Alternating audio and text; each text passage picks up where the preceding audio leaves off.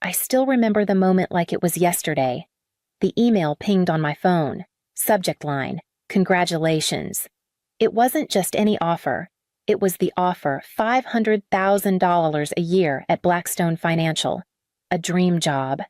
My heart raced as I stared at the words, unable to process the reality of it. For years, I'd scraped by, working 2 jobs, paying bills, and cutting corners just to stay afloat. The thought that this kind of opportunity was finally mine felt surreal. I stood in my tiny apartment, gripping my phone tightly. The weight of it all finally, the payoff for every late night, every missed meal, every sacrifice. I was finally going to be able to take care of myself, breathe without the constant stress of juggling bills. The first thing I did was call my family. I couldn't wait to share the news with my dad, who had always told me, "Keep pushing, keep going. One day it'll pay off." But when I told him, the joy I had felt quickly turned to confusion. "That's great, Evelyn, but now you have to help us," he said, his voice steady. 50% of your salary for the family and 30% for your brother's mechanic shop. No excuses." The words hit me like a ton of bricks. My heart sank into my stomach. My father, the man who had always insisted that family was everything, was now telling me that everything I worked for belonged to them. I froze. Was this really happening I had always given? But this felt different.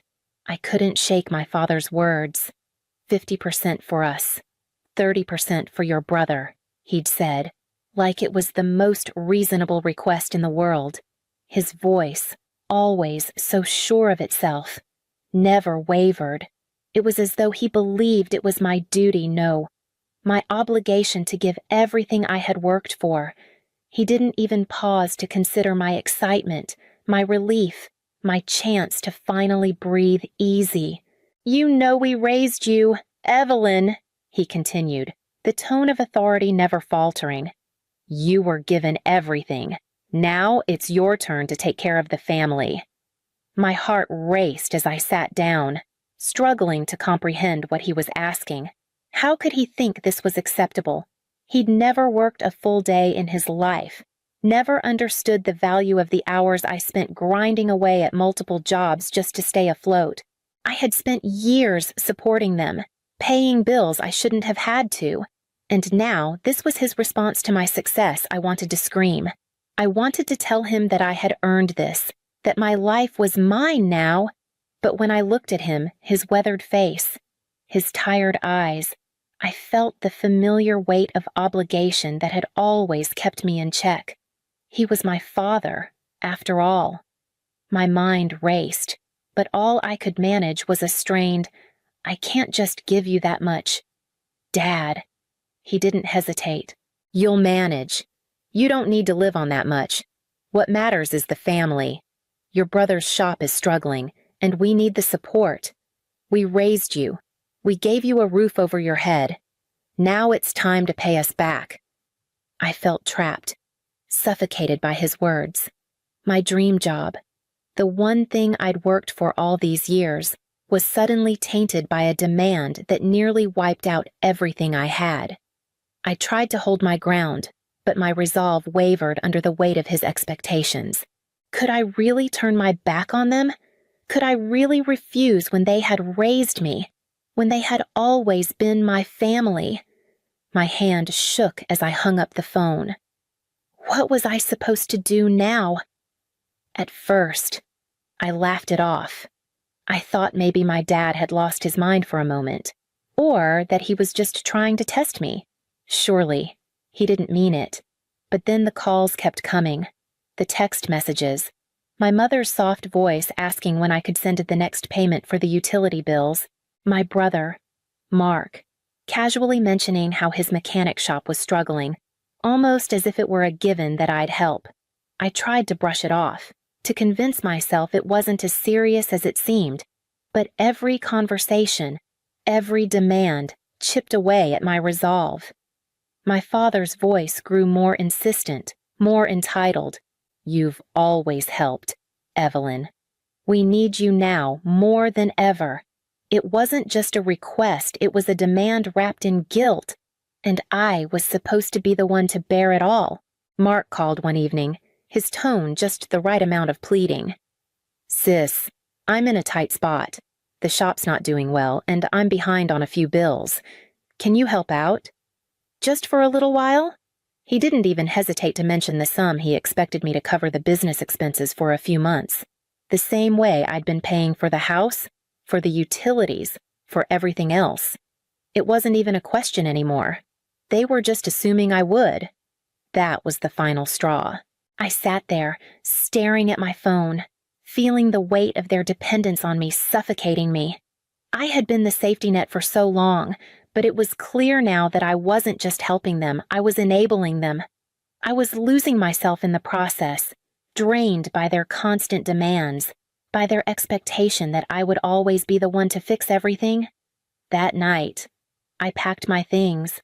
I had spent years trying to build a life for myself, and it felt like I was throwing it all away for the same people who'd never once asked what I needed. As I packed up my apartment, I felt a sharp pang in my chest. It wasn't just about the money, it was about the years I had sacrificed, about the pieces of myself I had given up. But as I closed the door behind me, I knew I couldn't keep living like this. I had to reclaim control, even if it meant letting go of everything that had tied me to them. It was time to choose myself. The first few days felt like a weight had been lifted off my chest. For the first time in years, I had my full salary to myself. I didn't have to think twice before buying what I wanted, whether it was a decent meal at a nice restaurant or a brand new pair of shoes I'd always eyed but couldn't afford. I joined a gym, something I had put off for so long because I couldn't justify the cost. I even took a trip to the local spa, something so simple yet so luxurious.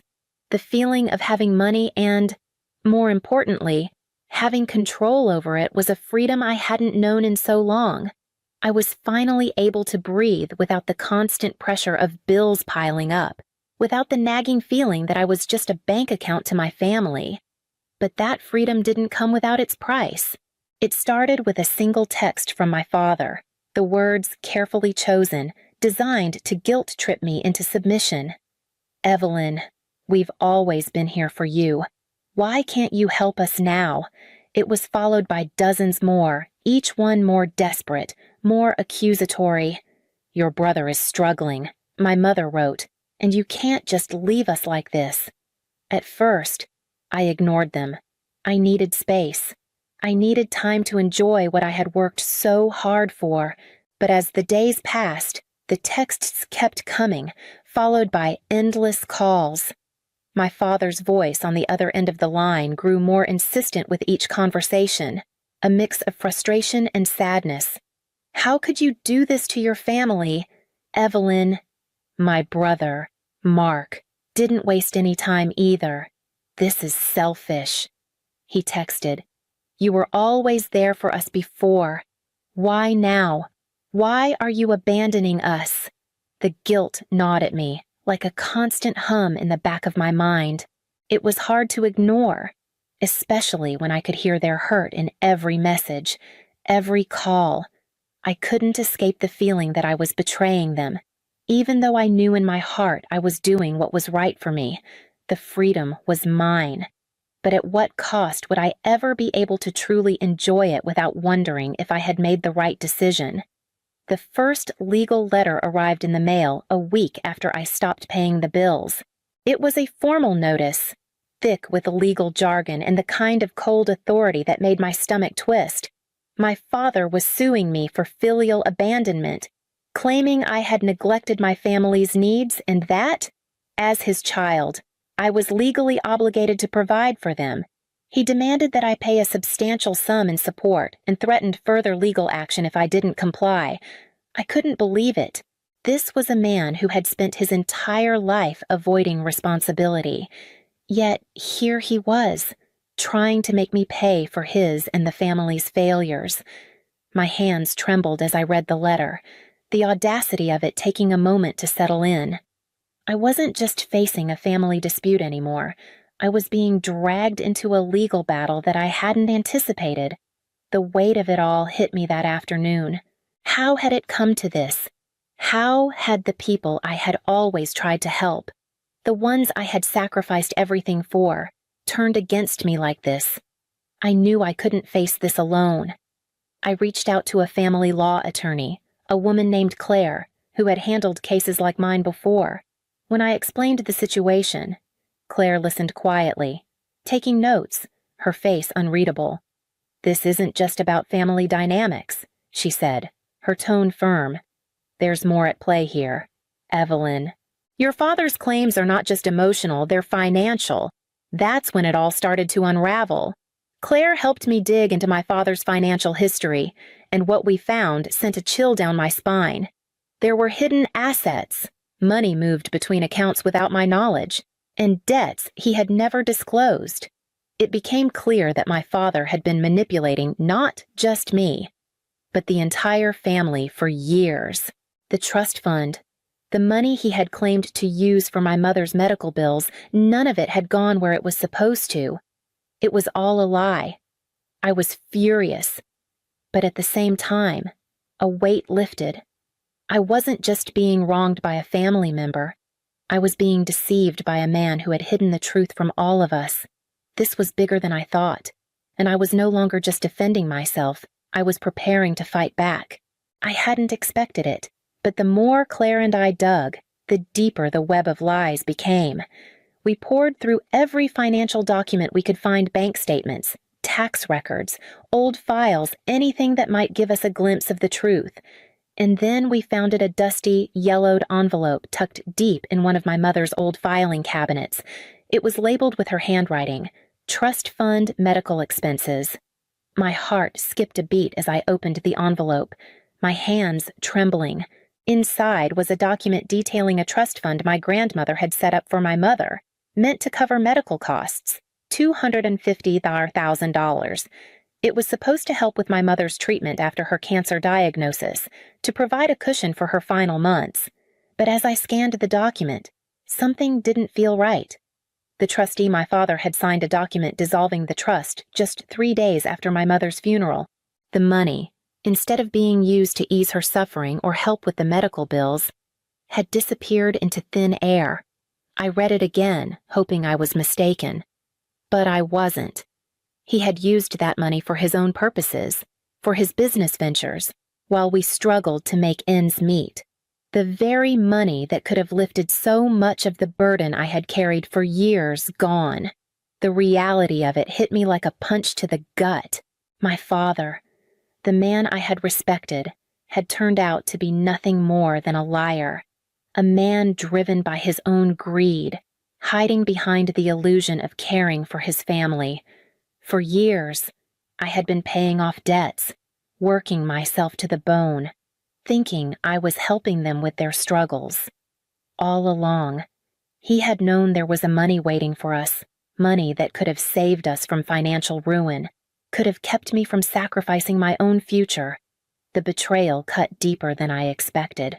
My father's actions shattered any semblance of trust I had left in him. He hadn't just let me down, he had deliberately deceived me, hiding the truth to maintain control over me. I felt nauseous, betrayed in a way I hadn't thought possible. This wasn't just a family issue anymore, it was about the money, the lies, and the years of manipulation I had endured. The weight of the truth was suffocating, but now that I knew, I couldn't ignore it. It was time to confront him. The anger I felt was no longer just a passing storm. It had become a driving force. I couldn't let my father get away with this, with all the years of manipulation and deceit. I had given so much of myself, and now, knowing what I did, I wasn't about to back down. I called Claire first thing the next morning. "It's time to fight back," I told her, my voice steady but resolute. "I'm countersuing. This isn't just about the trust fund. It's about everything he's done to us." With Claire's guidance, I hired a lawyer who specialized in fraud and embezzlement cases. Her name was Allison, and she had the kind of no-nonsense approach I needed. She immediately set to work on gathering evidence, pulling every financial document we could find to build a case against my father. As we sifted through records, more skeletons began to fall from the closet. My mother's old attorney, a man named Robert, had kept a detailed log of her affairs, and when I reached out to him, he agreed to help. Robert had been in charge of managing my mother's estate, and he had kept every document with painstaking care. What we uncovered was shocking. My father had made multiple fraudulent transfers, funneling money from accounts that should have been used for our family's well-being. There were unpaid debts from years ago that he had ignored, all the while presenting himself as a responsible patriarch. And then there was the trust fund, $250,000 that could have covered years of expenses, medical bills, and supported me while I built my life gone. I felt the power shifting back into my hands. The moment I saw the fraudulent transfers and unpaid debts, I realized how much control he had taken from me. But now, I was reclaiming it. My life, my future finally in my own hands. It wasn't just about the money anymore. It was about righting the wrongs, about taking back what was mine. I wasn't going to let my father use his manipulation and greed to destroy what I had worked for. I had done enough for them. Now, it was time for them to face the consequences. As I looked at the stack of documents in front of me, a sense of clarity washed over me. This was only the beginning. The moment the court ruled in my favor, it felt like a floodgate opened. My father's carefully constructed world of lies and manipulation began to unravel, piece by piece. The evidence of his fraudulent activities was irrefutable, and soon it became clear to everyone his business was on the brink of collapse. His debts piled up, and creditors started knocking on doors he could no longer avoid. The mechanic shop that had once been the family's supposed lifeline began to fall apart, unable to recover from the financial mismanagement he had allowed. I watched it all from a distance, the rapid disintegration of everything I had once thought was stable. The business he had clung to so tightly was no longer his salvation. It was his downfall. His shame was public now, and the community that had once respected him began to turn their backs. I could almost feel his desperation through the phone when he called to plead for help. But I remained silent, letting the consequences of his own actions wash over him. Meanwhile, my own life was shifting in ways I hadn't anticipated. At work, the promotion I had long dreamed of came through. I was recognized for my hard work, for the diligence and integrity I had put into my career. My salary increased, and the recognition felt like a victory not just for me, but for the woman I had become, the woman who refused to be manipulated any longer. My office became my sanctuary, the place where I could finally breathe, free from the constant weight of my family's expectations. But as much as my career flourished, something inside me ached, watching my father's downfall. The collapse of the family I had once tried to protect was harder than I had imagined. The truth had come out, and with it, everything I had once known about them crumbled. My father, my brother, the family I had fought so hard for, they were gone. And yet, the silence that followed felt oddly liberating. I had the money now, the $250,000 from the trust fund, the money my father had stolen from my mother and from me.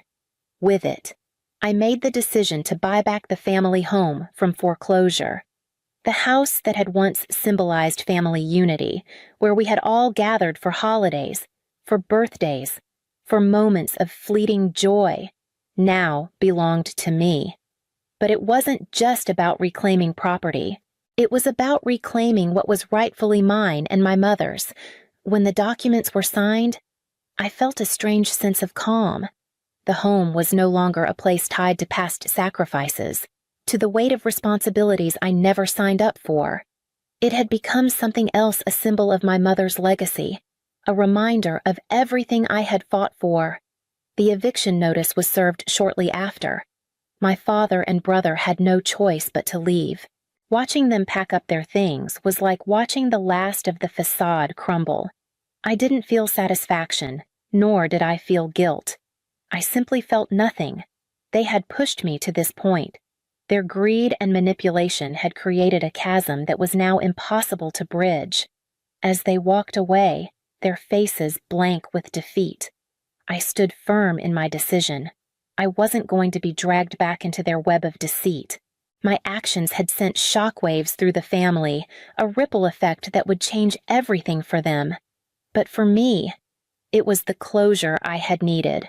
The family I had once tried so desperately to protect was gone, and in their place, I was left standing alone, finally free to rebuild the life I had put on hold for too long. The house no longer felt like my family's, it felt like mine. The walls, once heavy with memories of sacrifices, now stood as a symbol of a new beginning. I decided to rent the property out, not to another family who would abuse it, but to a young couple looking for a fresh start. They had a child on the way, and I could sense their hope, their excitement about creating a home. It was exactly what the house needed, a family that could truly build something from it, not destroy it. As I handed over the keys to them, I felt a sense of peace. The house was no longer a symbol of all I had given up. It had become a place where a real family could thrive, one built on love, not obligation. My mother's legacy, once tainted by my father's greed, was finally free. I had made the right choice. I reflected on the transformation, not just of the house, but of myself. I had let go of the need to be everything for everyone else. I wasn't the woman who would sacrifice herself any longer. I had learned, the hard way, to live for myself, to take control of my own destiny. The pain of the past still lingered, but it didn't control me. I had rebuilt what had been broken, and now, with the house rented and my future in my hands, I could finally breathe. The next chapter was mine to write,